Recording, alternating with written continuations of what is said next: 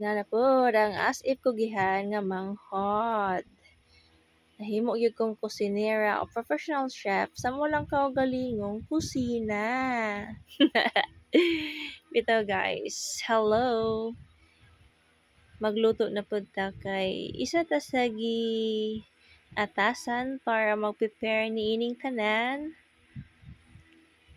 para sa adlaw nga tawhan sa akong buutan nga kuya. Simple lang ni siya guys. Ang akong buhaton is kani bilao nga pagkaluto sa pagkaon. So mao na siyang gibiyahe para mabot mi kay gipanggutom na ang tanan. Nagpaabot sa amuang luto nga daw murag daghan gamay ra man diyay. Pero bisan pag unsa ka gamay basta panalanginan ampuan managhan gyud na masobra pa na. So as you can see, excited kay akong pagkumangko napaakan daw siya og umang.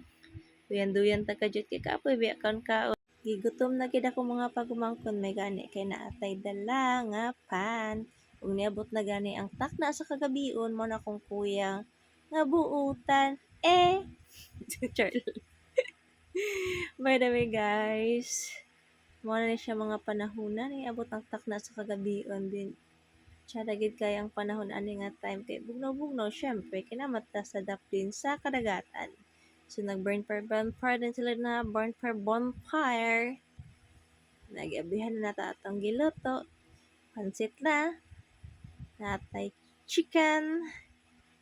And napod tayo syempre ato ang belly o ang ato ang kinilaw. Gamay lang kani siya tanawon guys pero sa actual na dako-dako pud ba siya guys kay apod-apod pud minangaon naigo pud ba gid siya. Nabinlan pa ganina pero ang nabilin pansit. So, muna ako mga baby sa unang mga panahon. Nagko na sila guys, nagpasabot nga natiguwang na pagid ko guys. Diba? Lami ka na chill-chill yan duyan. Muna akong mama o akong manghon nga gwapa kung itapad sa ako. Kita mo na akong mga pagumangkon.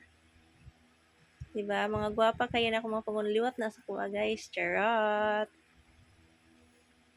So matog andam-andam na sa ko ang ate kana na isa o nga murag wa na gid na mawag gutom na gid ba.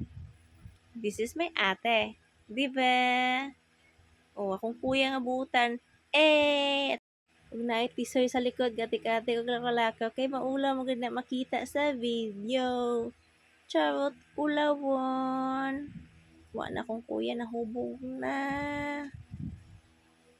Buutan man akong kuya guys pero kalaban yun ako na pagmahubog guys. Sorry! So, man akong voice over ay. By the way guys, ang nagpa-prepare aning tanan is ang iyang wife nga naa sa gawas para sa ikakwenta sa iyahang bana which is akong kuya nga buotan. Kalami ko siyon. Birthday to you! Happy birthday to you! Happy birthday! Happy birthday! Tiguang na si Kuya! Tiguang! Pila edad? Pila edad? 40! 40? 40 na dyan Rado. Sabi ko dapat 1. Upat na kadekada! Go. Okay. Kulbaan mo pa taning action. Ginaya. Blow na. Gutom na mo sakop. Yeah. After all, wala mi nagpabilin sa akong mama ni uli rapod mi ani nga higayon mga ka-vibes. And that's all. Thank you!